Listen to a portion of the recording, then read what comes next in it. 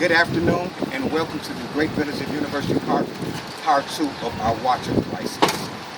Unfortunately, I was notified late Saturday evening by the president by email after he stated he tried to reach me by telephone, which unfortunately I didn't receive this phone call or a voice message.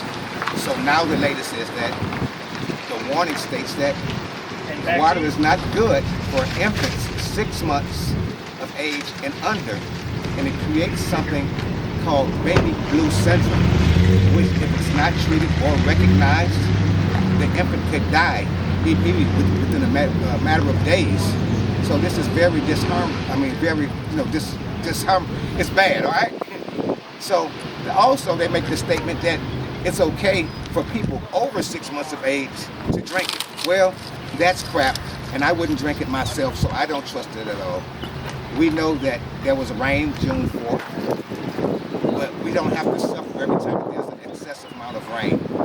And at the end of the day, Aqua has not been a good steward. I have senior citizens right now at home who don't have access to this facility. Their refusal not to deliver the water is unacceptable. I have people at home on home dialysis centers that use the water because it figures it cleans them out. Now they're hesitant and cautious. So again, this is a water crisis and we just can't trust anything that goes on with the company.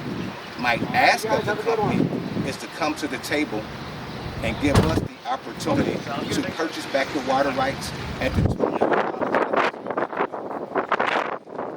and give us the opportunity to bring in clean Lake Michigan water. That's the only resolve. No matter what happens, they're not going to change. There's an old saying, let's show you who they are. I believe that they've showed it consistently over and over again. Look at the line on a Monday afternoon with our residents. They're only able to get one, and the water is such huge containers, it's kind of hard for some of them to actually deal with. But again, residents who are at home, you may see this later on today, but they have no access to even water delivered to them. I ask for the opportunity for Aqua to have mercy on residents of that nature. Our people with disabilities, I ask again for the same mercy and give them opportunities to clean and access water. At the end of the day, my staff has done a phenomenal job. We got the call. They did a great job. Our police department saturated the community with life services. Our fire department was the same. But applause to my city manager, Ms. Scott. She did a phenomenal job. We were all there at City Hall from strange hours on yesterday.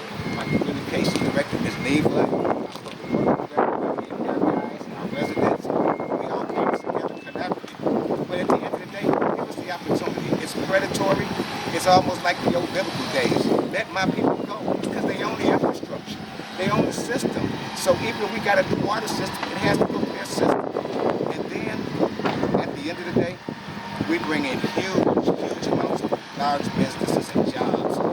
New Amazon, new Carvanas, new state-of-the-art Samsung nationwide distribution facility, a major university in our community, the metro station. It's a vibrant community. Don't these people deserve, just like the air we breathe, good quality water? That's my ask. Has Ottawa given you any indication on when this could be resolved or what it would take to get there? They haven't had communication since the notice. What would it take since they own the infrastructure, what would it take for you to buy the water back? Well,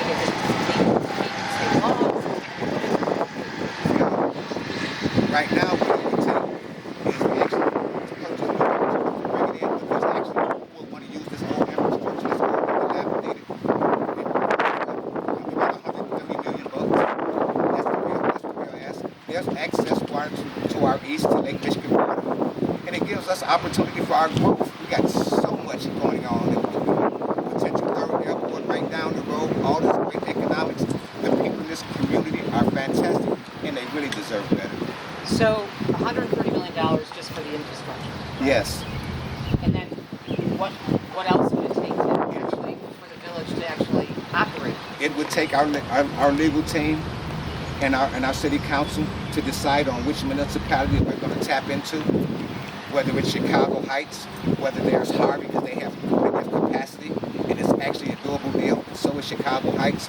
So there are opportunities for the village. But again, we're being held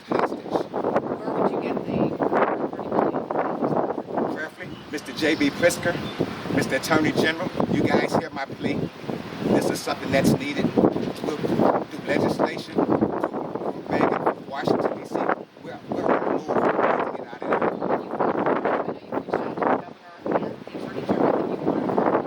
Our attorneys have heard from their offices, yes. And what have they said? No comment on that right now. It's very early. Will this actually last? What's Aqua's real plan? Because we haven't heard. They didn't even contact the city manager. They couldn't reach me. There wasn't an effort there. So Aqua's saying that this is unprecedented. The nitrate issue, this is the first time that they've had it. But we know for years you've had issues with the water here. Can you kind of give us some of the history for folks who are just now realizing this issue today? All right. Well, in 2019, I was elected mayor. I officially took office like May 17th. Within 30 days of me taking office, there's a knock on the door with Aqua.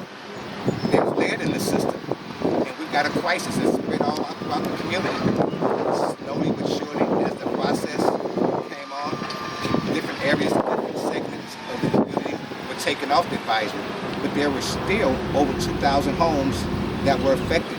And their statement was that it's homes that were built between 1973 and 1987 or 88, one of those where those pipes were not able to be used. They had to use PVC pipes.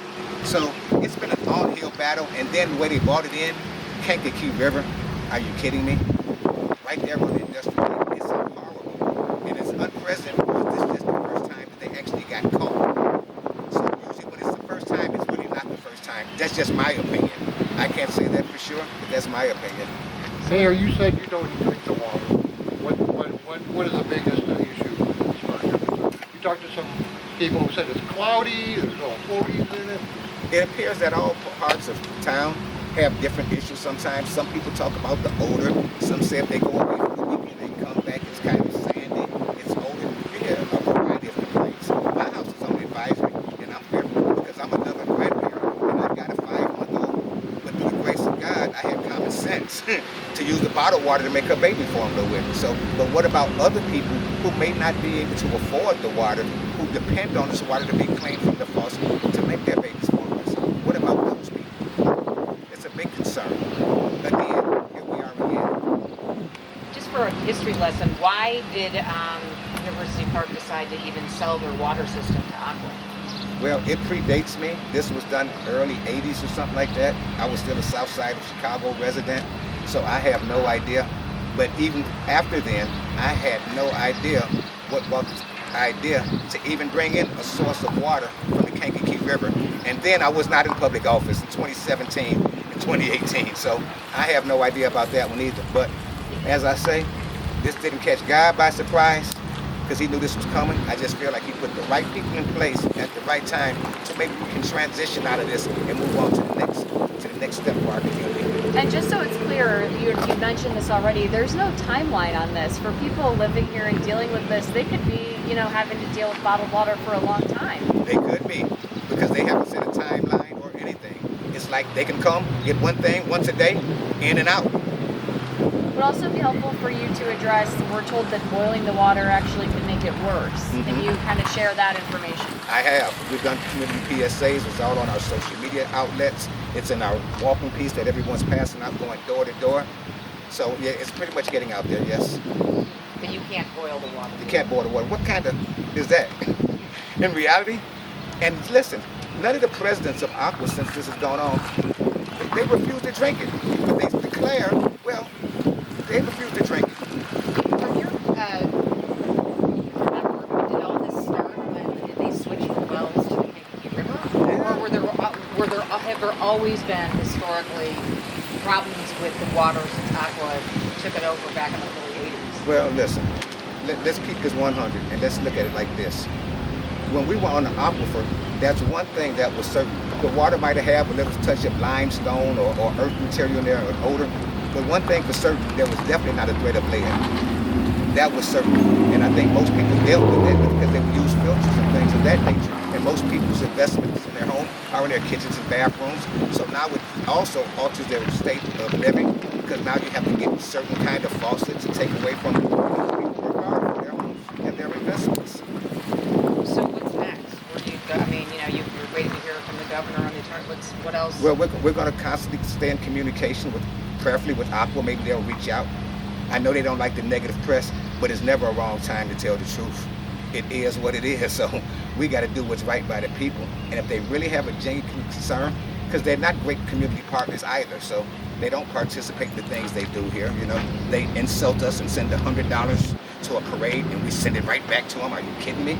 So those aren't good stewards of the community when they're a $671 million traded on the state stock markets all the time, and it seems like their only goal is to ensure that their stockholders get their dividend share.